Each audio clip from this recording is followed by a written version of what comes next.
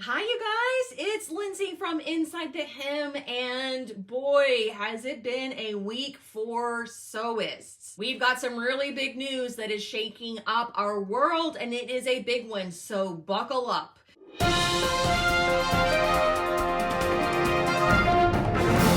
In a twist that nobody quite saw coming, maybe especially not this late in the game, Michaels Stores has acquired the intellectual property and private label brands of Joann's Fabric and Crafts. The Joann saga is not over by any means. You heard that right. Just days after Joann officially closed all of its stores, Michaels swooped in and bought up all the IP brand names and exclusive product lines.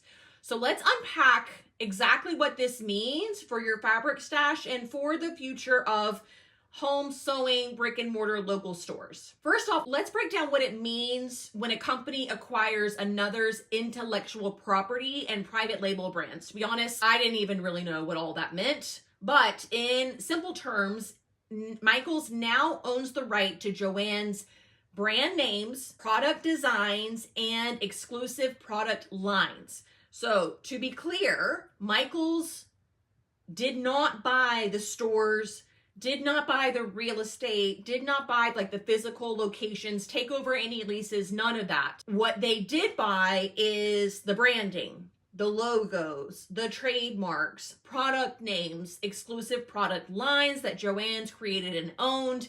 That includes their famous private label fabric collections, as well as some private label Sewing Notion brands and sewing related product lines as well. It's like if someone bought the recipe, packaging, and name of your favorite cookie brand. They did not buy the bakery, but now they can make, bake, and sell that cookie however and whenever they want. This sounds like amazing news for us, right? I know we're all excited about it, but what if I told you that Michaels also bought the IP and rights to Hancock's brands, patterns, and trademarks all the way back in 2016. What changes did we see in Michaels after they did that? Not really any at all, right? So I'm kind of hedging my bets a little bit.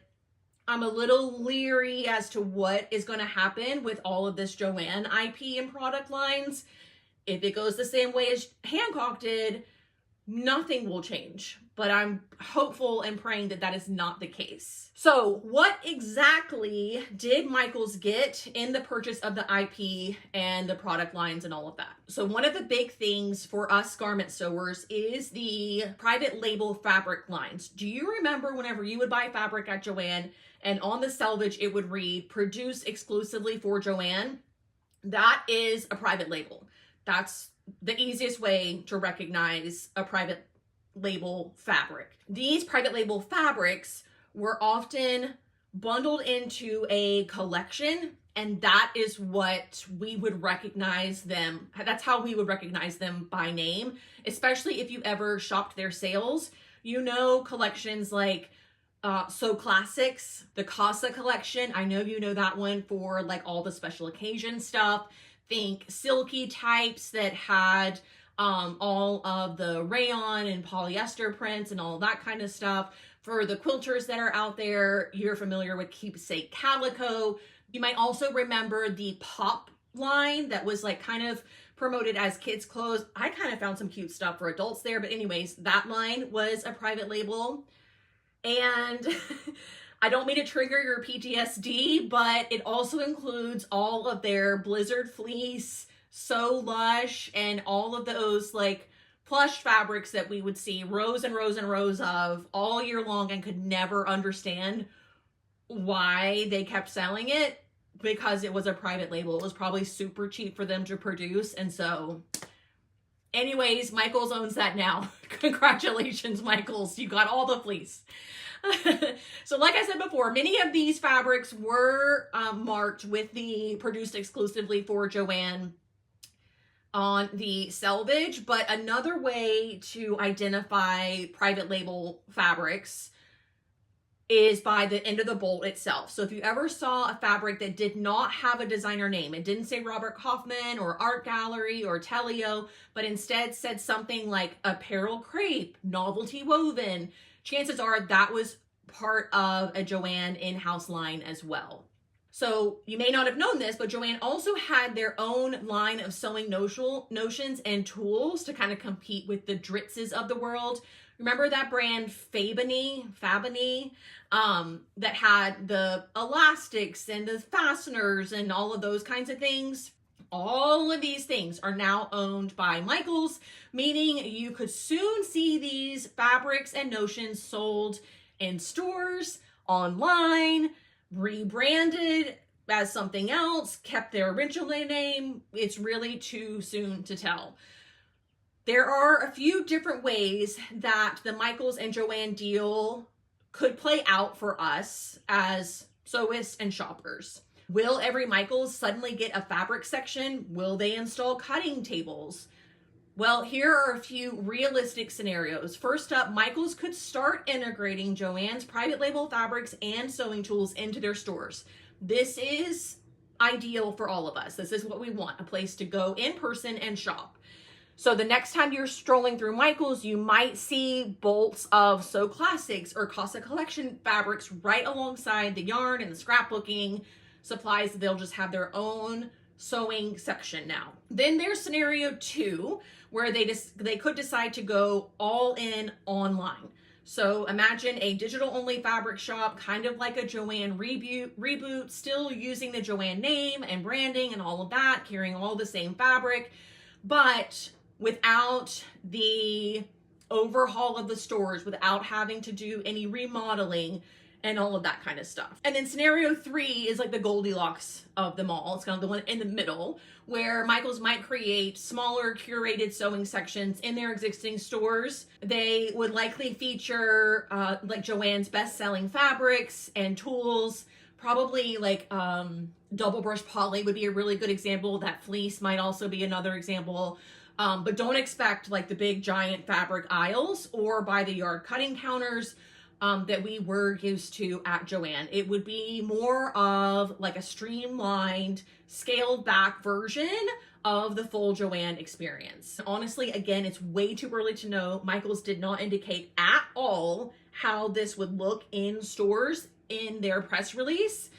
They didn't say anything about expanding their sewing departments. I did see where they said they were going to be offering Pellin interfacing by the yard in August. So there would have to be a cutting table for that, right? At least in some stores in a couple months. So that's big news, but it's also a little confusing. You know, the Joann brand still exists. Even the Joann.com now redirects to Michaels' website. So if they keep using Joann or if they change it all to Michaels, what they end up doing with the product is really, really hard to say. Michaels as a store, their track record hasn't been super clean in the past 10 years either. They were founded in 1973, and over the years, like many retailers, they faced all the same things, like challenges adapting to, you know, e-commerce and online stores, as well as consumers wanting to buy things online or finding cheaper options online and things like that.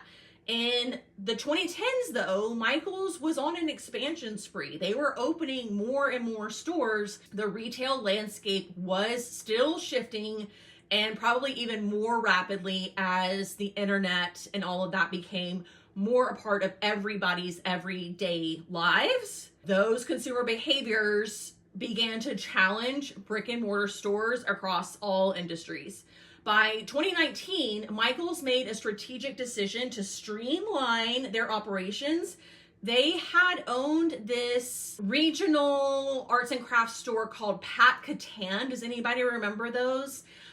They had acquired Pat Catan back in 2016. In 2019, they decided to close down all of Pat Catan, do away with it completely. Some of the Pat Catan stores, like the Pat Catan name came down and then Michaels' name went up on top of it. So they kept the real estate, but not the brand name. And then in 2020, Michaels was acquired by a private equity firm, which also meant the company went from public to private ownership. Then came 2020 when the pandemic hit and forced Michaels to temporarily close over 900 of its 1,200 stores. However, as restrictions eased, Michaels adapted by enhancing the online presence, introducing new store concepts focused on customer experience, some things that we definitely did not get from Joann whenever they reopened their stores after the pandemic, right?